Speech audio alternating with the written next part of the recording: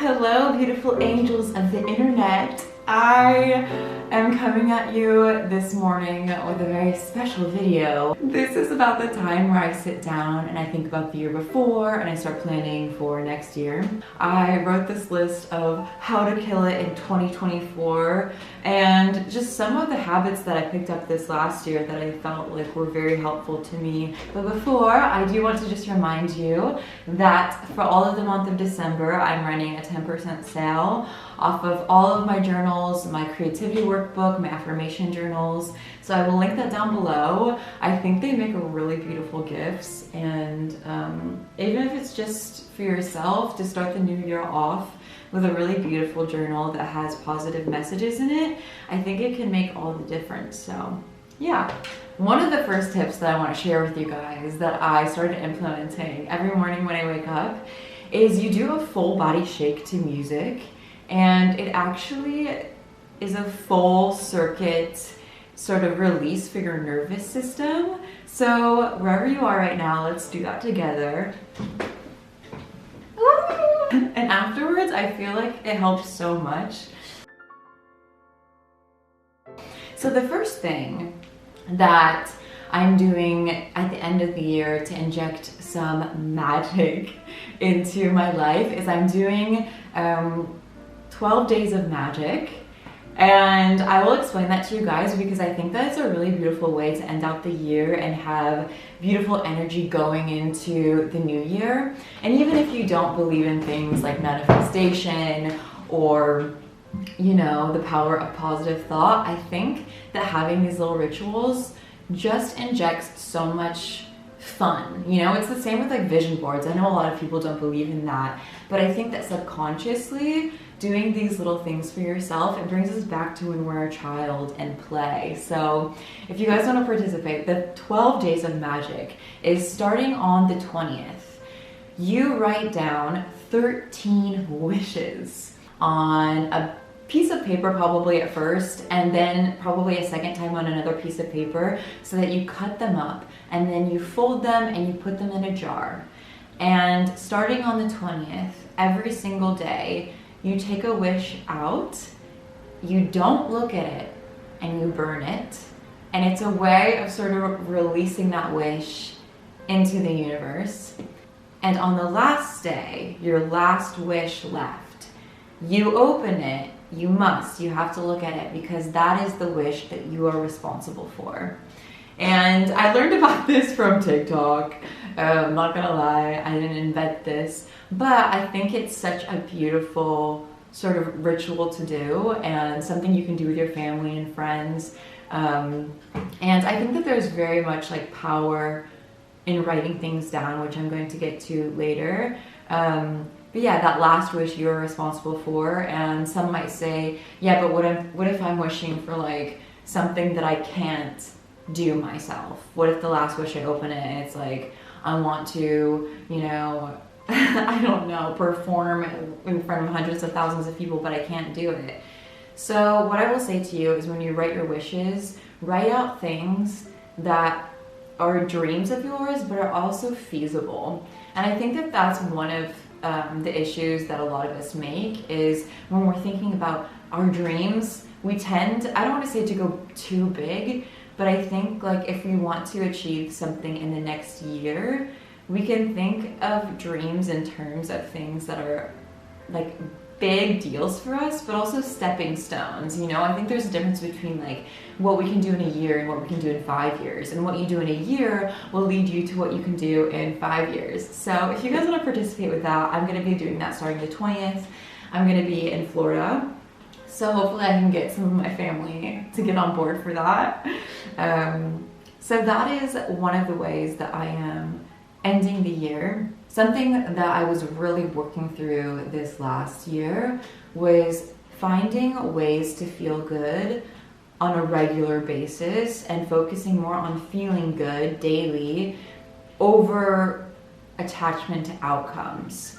And one of the ways that I was able to do this last year is by implementing a very powerful morning routine. And what that looks like for me is every day when I wake up, I will write a poem.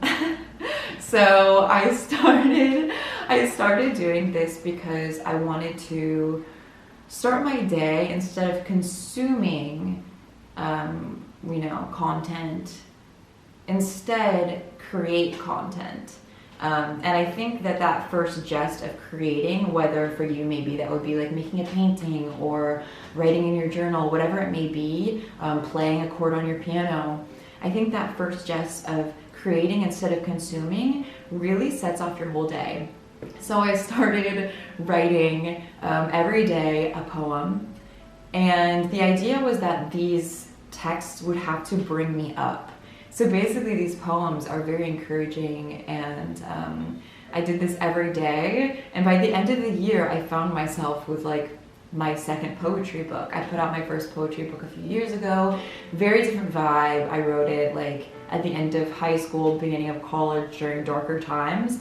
But I unintentionally made a work of art through just the desire to express myself with no attachment. Like the only rule was that I had to create every single day.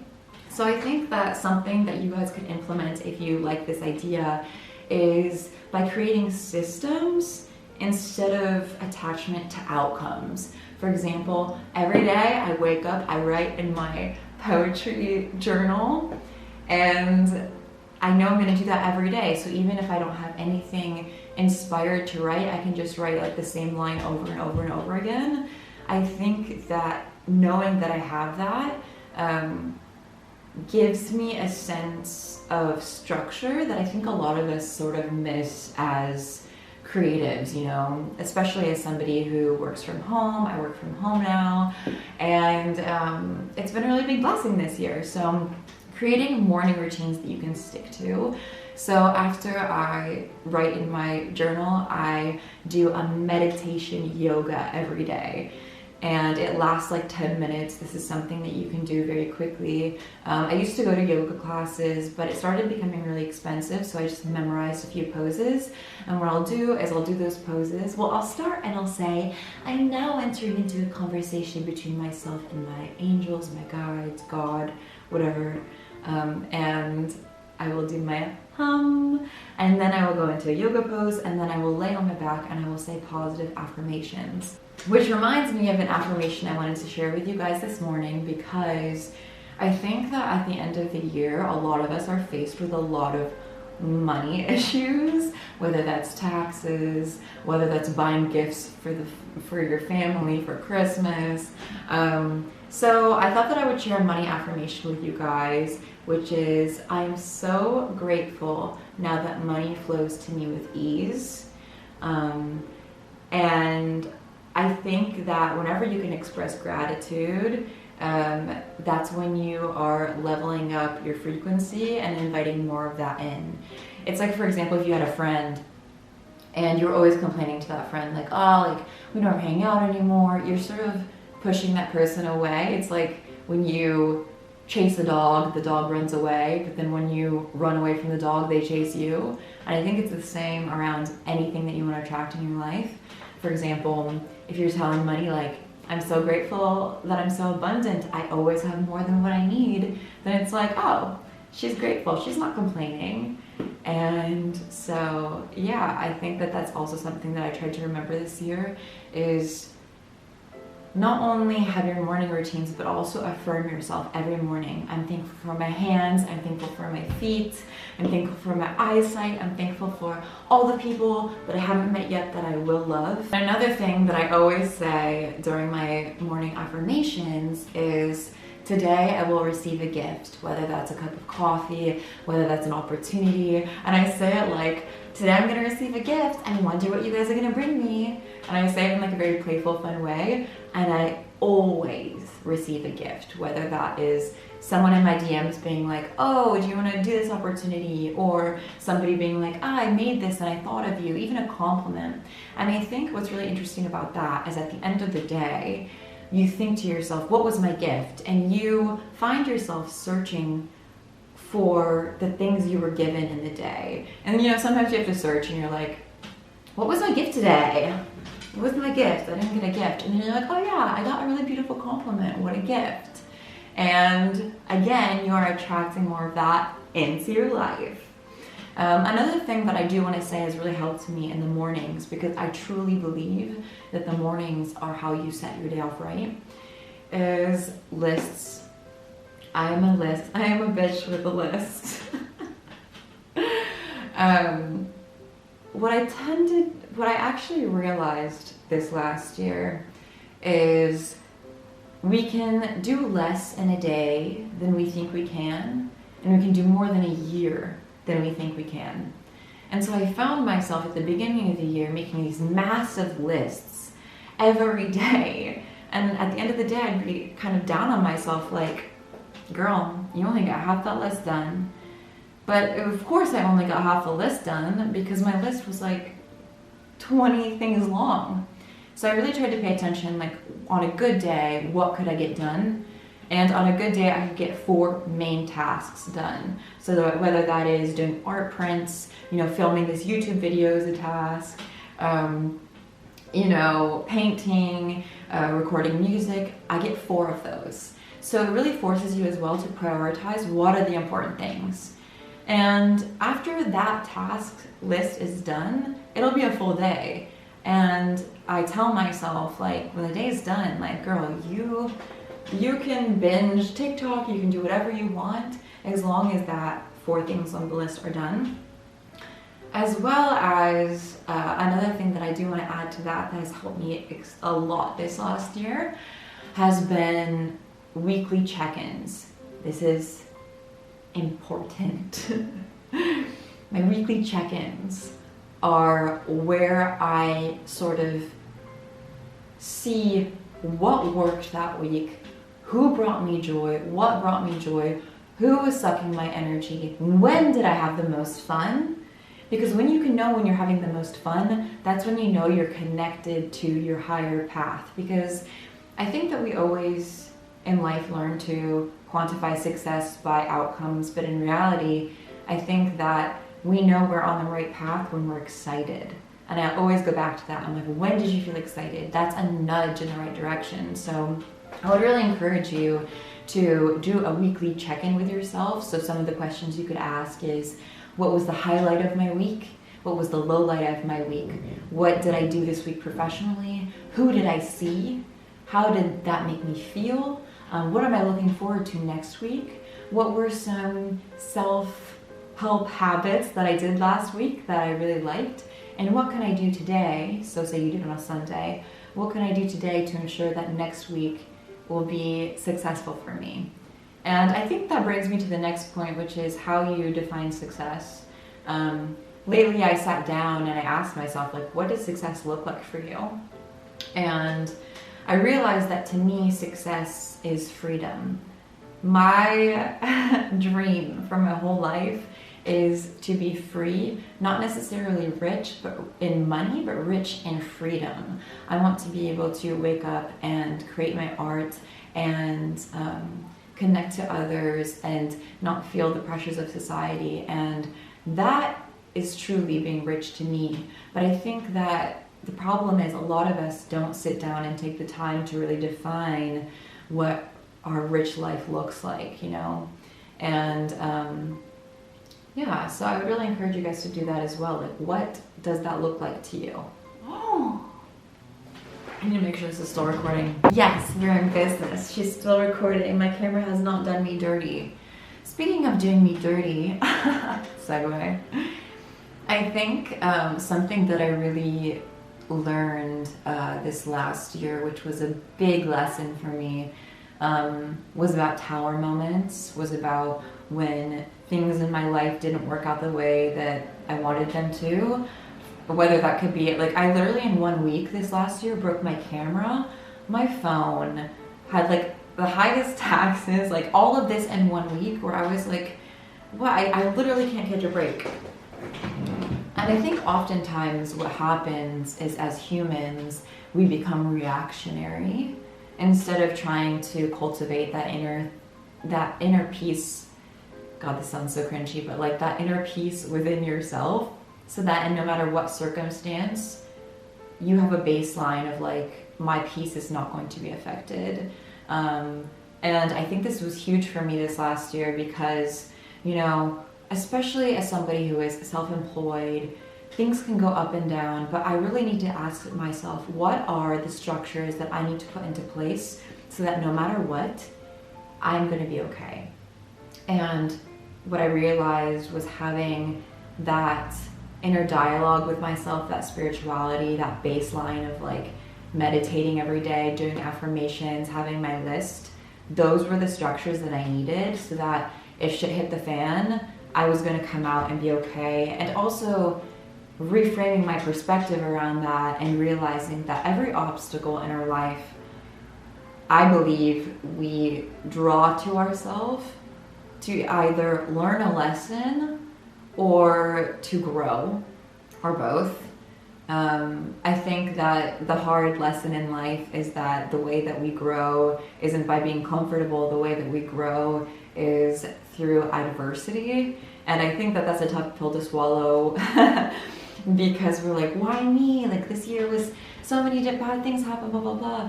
But actually, when you look back on your life, on the things that didn't go well, I'm sure that you learned so many valuable lessons through that. So I think that as well, saying thanks every day to even, you know, the difficult times that we go through, the painful times, is really important. I wrote a poem the other day because in my new poetry journal, because I had a dream that my ceiling had like caved in or like disappeared, and all of a sudden it was like snowing in my apartment.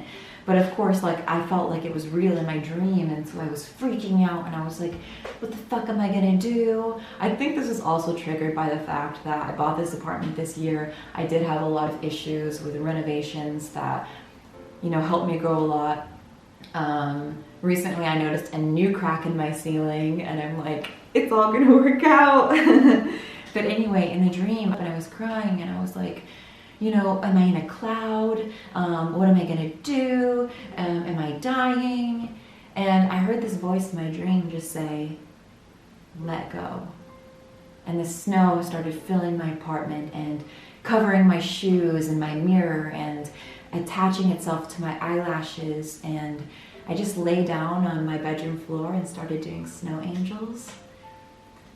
And the voice said to me, you don't have to do so much. Just release. And when I woke up in the morning, I was like, I have to write this in my journal for once. And I said to myself, no matter what, Shayna, I promise you that we will always make snow angels out of our pain. And I think that's really something that I've tried to do this last year. There were so many moments of obstacles and trials, whether that was around, you know, relationships, disappointment in relationships, whether that was around renovating this apartment, or, you know, being somebody who in the past attached my worth to my achievements. Capricorn rising energy right here. I really had to remember that no matter what, we're going to be okay. And I think what a beautiful gift. That is richness to me, richess to me. No matter what, we're going to be okay. We're going to make snow angels out of our pain. Ooh! I can hear my angels in the sky clapping for me. So along with that, and I've talked about this in the last video, is I think that it's very useful as well to make a list of your positive triggers. For example, we know the things that negatively trigger us. You know, if someone yells at us, if we have a shitty neighbor, that to me was a trigger. And a lot of you guys are asking me what happened with that. Haven't seen them since. It's been like a month. Haven't seen them. I did get a letter in my mailbox of like a lettre recommandée, and I'm wondering if they didn't do some shit. I don't know. We'll have to see. But yeah, like realizing like, okay, you know what your negative triggers are. Someone is, you know, abrupt with you. You are overwhelmed because you have too much work to do. That, we know what those are. But do you know what your positive triggers are? Do you know what the things are that bring you joy and light you up?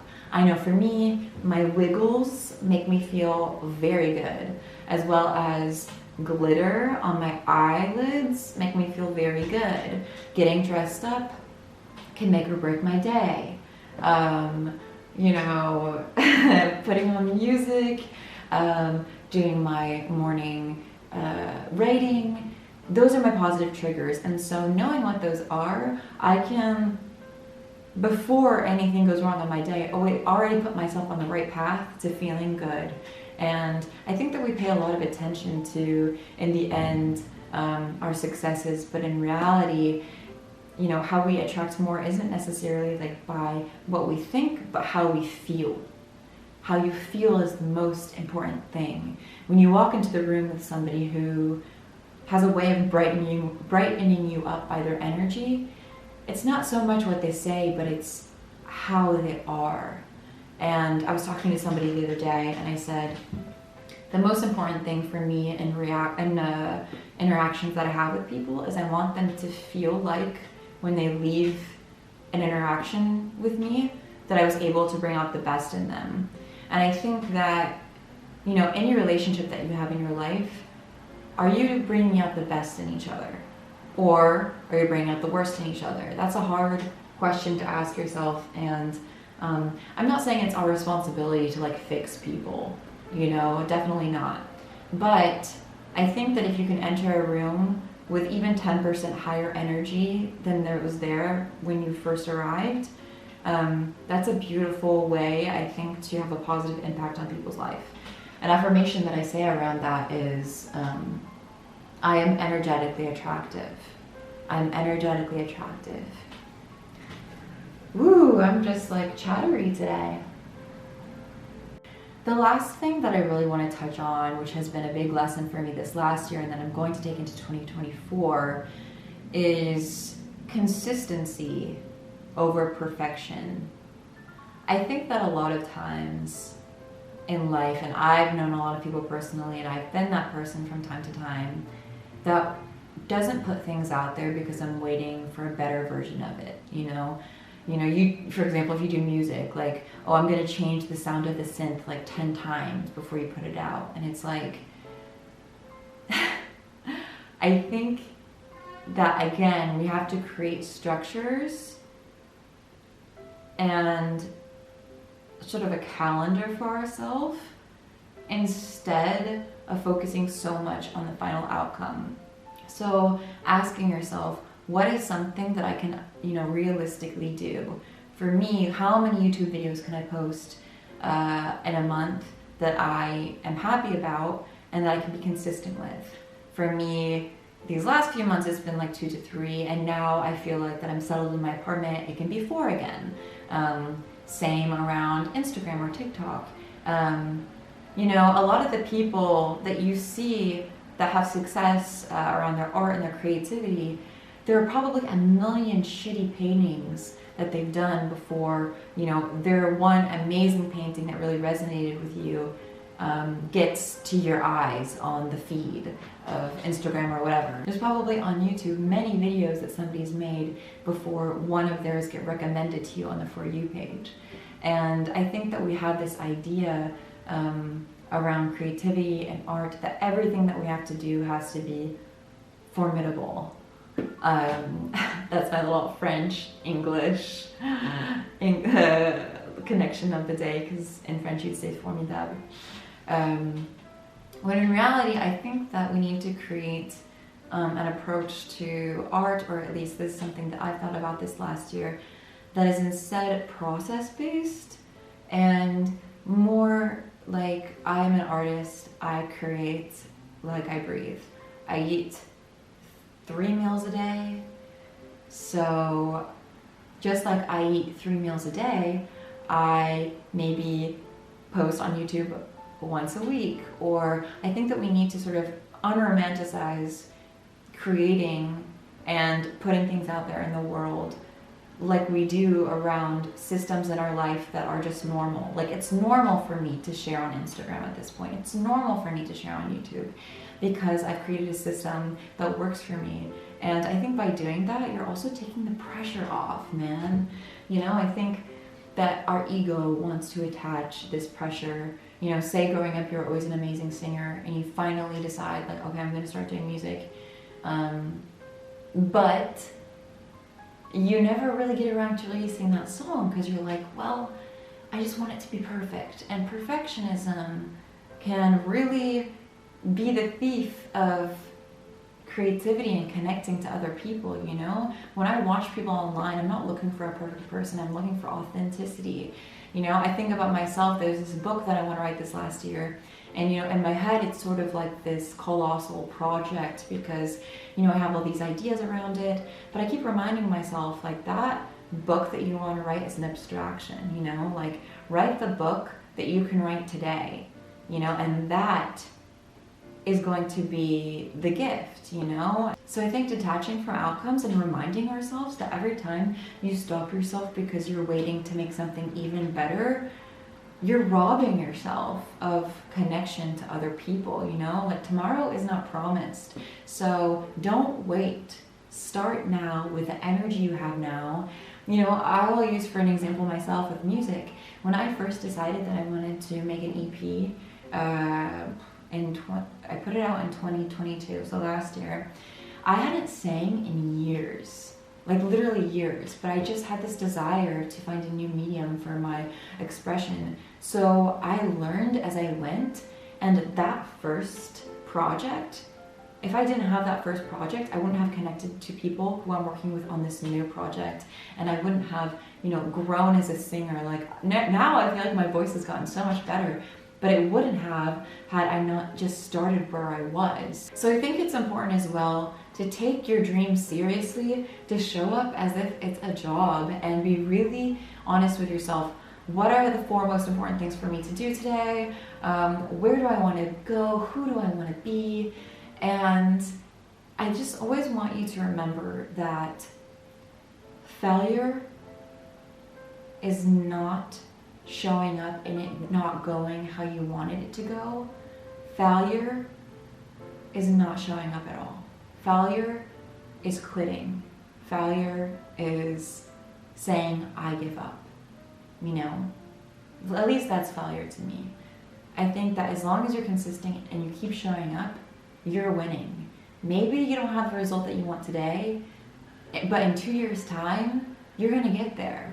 You know, for example, a few years ago started playing the piano again, and I decided to just get myself a piano, and I'm going to play every day, and I'm sure in 10 years I'm going to be way better than I am today. But I can't judge myself based on where I am now. You know, I just have to fall in love with the process. So, yeah. The very last thing I want to say to you guys is what an honor it's been for me these last years to connect with you. I think that sometimes when you're in the thick of it, posting every week online, you just don't realize, like, day to day, you know, what it is you're doing. And I think this last year I really tried to zoom out a bit and just think about what a unique and cool connection it is that I get to be a part of your life and you get to be a part of mine. So I want to invite you guys to pick a word for this next year of what you want the theme of next year to be. This last year for me was powerful, and I think this next year I want to choose something like magic, something very whimsical. And I'd love for you guys to share it in the comments. And I'm just so excited for this next year and all we're going to create together. And I hope that, you know, you found this video inspiring. Like I said, I'm leaving to Florida, but I'm going to be vlogging while I'm there. I'm very excited to see my family. This year with my family, I asked that everyone make me something, because what I kind of realized about like gift giving is like we're all just like buying each other shit that we think that we like.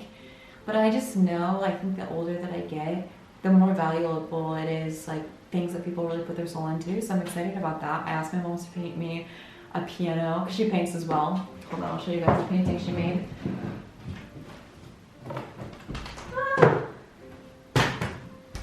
My mom made this painting, I think when she was like 20 or something like that. And I get a lot of my creativity from her, so I asked her to paint a piano with angels around it. And my brother, I think he's making me a necklace out of like some Floridian animal. He like hunts and yeah, anyway. He's not like, it's not gonna be like a bear, like he collects like, he collects like alligator teeth and stuff. One time he made me, I don't know, I'm getting off topic. Anyway, I will see you guys there. If you guys enjoyed this video, don't forget to subscribe. I also have a Patreon where I do monthly podcast episodes. We have Zoom parties. We're doing our annual Halloween, not our Halloween, we're doing our Christmas get together on Friday. So that's a really nice way to connect to you guys. As well as if you do want to get a journal, I will link that down below. And I will see you guys in the next video. We're gonna kill it in 2024. Bye!